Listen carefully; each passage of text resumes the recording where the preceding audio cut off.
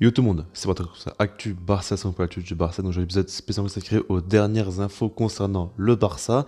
Alors comme d'habitude, je vous sélectionne quelques infos que je trouve vraiment intéressantes et j'en parle avec vous. Je parle pas non plus de tout, parce que sinon je trouve que ça sera trop long et ça sert pas vraiment à grand chose.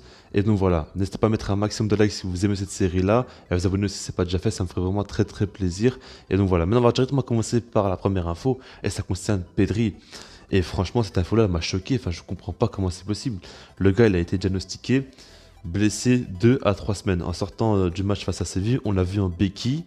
Et il a déjà repris l'entraînement avec le groupe. Et il est disponible pour le match. Donc, moi, je t'en la vidéo, c'est aujourd'hui face à Séville. Je sais pas si vous vous en rendez compte, il est déjà de retour, Pedri. Donc, c'est assez monstrueux. Et il pourra même jouer dès maintenant. Mais en tout cas, voilà quoi, c'est pas trop humain. Ronald Koeman a dit en conférence de presse qu'il comprend pas comment c'est possible qu'il soit de retour aussi vite. En plus, il a eu aucun problème à l'entraînement, tout s'est très bien passé. C'est vraiment très impressionnant. On met un petit peu ça sur le dos de la jeunesse, on va dire. Et le fait que voilà, c'est pas non plus une blessure très grave qu'il a eue. Mais quand même, quoi, c'est assez monstrueux ce qu'il nous fait, Pedri. Et après, ce que j'ai à dire, c'est que moi, j'espère en tout cas qu'il ne jouera pas directement. Pour moi, il ne faut pas trop prendre de risques non plus parce qu'on ne sait jamais. Imaginez-vous s'il se blesse grave. Moi, j'avais déjà dit que pour moi, Ronald Koeman le faisait beaucoup trop jouer. À chaque fois, il était titulaire, tout ça, et il jouait tout le match. Ou même quand il n'est pas titulaire, il rentre en cours de jeu. Limite, il joue au moins une mi-temps ou quoi. Et c'est pas normal. À son âge, il a beaucoup trop de temps de jeu. Et Pedri. S'il a trop de temps de jeu, ça, il ne sera pas à 100% de ses capacités et donc il perdra aussi en lucidité. C'est-à-dire que déjà, il va moins courir, il aura moins d'endurance sur le terrain et en plus, il va perdre la lucidité. Il en a énormément besoin dans son style de jeu. Donc pour moi, c'est un joueur qui a besoin d'être mis au repos déjà par rapport à son âge. Aussi, il a besoin quand même d'avoir la concurrence, tout ça. S'il a 18 ans, il est déjà titulaire indiscutable au Barça, c'est pas trop normal selon moi. Il doit parce qu'il n'y a pas vraiment de concurrence. Mais en tout cas, au moins être dans la rotation, être en concurrence avec Ricky Puig et ça l'aiderait énormément pour sa progression aussi. Et à Moriba aussi, pourquoi pas. Mais en tout cas, ouais, ce que je veux dire, c'est que pour moi, Pedri doit être plus, on va dire, mis au repos par Ronald Koeman. Et donc voilà, j'espère qu'il va le faire. Maintenant, on va passer à l'info suivante et ça concerne Ronald Araujo. Et là, c'est beaucoup moins positif parce que lui, il a officiellement rechuté. Alors en fait, pour ceux qui ne savent pas, je l'avais déjà dit, hein, mais Araujo, donc, quand il était ressorti sur blessure face à Séville, en fait, c'était par précaution qu'il est sorti. Ronald Koeman l'a dit, hein, Araujo voulait vraiment jouer, mais voilà, il voulait pas prendre de risques, il a préféré le sortir, et au final, à l'entraînement, il a rechuté. Du coup, il est actuellement blessé à nouveau. Maintenant, on ne sait pas trop combien de temps ça va durer. Mais je pense que là, le Barça va vraiment prendre son temps parce qu'ils ne vont pas non plus faire encore une fois la même erreur. Hein, quand même, je pense qu'ils vont faire le temps. Mais cette saison, quand même, il y a beaucoup de joueurs qui ont rechuté. Tout ça, je pense notamment à Sergio Roberto aussi. Il y a Fatih normalement aussi qui devait arriver plus tôt. Au final, ça s'est un petit peu allongé, mais on reviendra plus tard. Il y a aussi Coutinho qui devait arriver plus tôt, mais au final, on ne sait même pas s'il va rejouer la saison.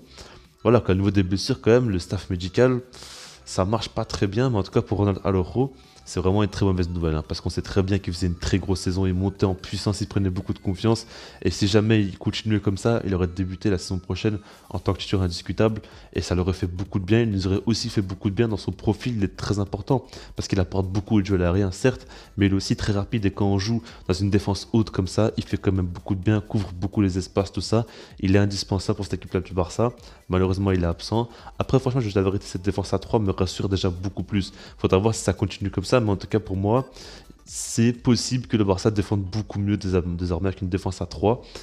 Je dis ça parce qu'en gros, voilà, comme je l'avais déjà expliqué, les latéraux sont couverts et c'est un peu le vrai problème du Barça, c'est que les latéraux ne savent pas du tout défendre. Et puis même, quand on voit qu'ils sont à 3, il y a aussi Busquets qui est un peu plus couvert. Et mis à part ça, même Piqué est entouré de l'anglais Mingueza. Et en soi, pour moi, c'est plus simple de défendre comme ça. Et par exemple, sur les phases défensives du Barça, ils peuvent se mettre même à 5, avec un De Jong aussi et Busquets qui peuvent apporter dans la récupération. Même Pedri, quand il est là, il récupère énormément de ballon. Donc normalement, voilà, ils sont quand même beaucoup plus protégés. Et puis offensivement, quand ça part, les pistons, on va dire, apportent beaucoup offensivement. Donc franchement, pour moi, c'est une très bonne compo. Et donc voilà. Maintenant, on va terminer avec Ansu Fati, qui lui est de retour. Alors là, franchement, c'est une excellente nouvelle. Après, il ne faut pas non plus trop vite s'enflammer, parce qu'il est de retour, mais il reprend l'entraînement au gymnase seul. Et en fait, voilà, c'est logique, il a fait quand même une longue blessure, tout ça, donc il faut qu'il reprenne l'entraînement seul. Petit à petit, il va se remettre bien. Une fois qu'il se sentira bien avec son cours, tout ça, il va reprendre l'entraînement avec le groupe.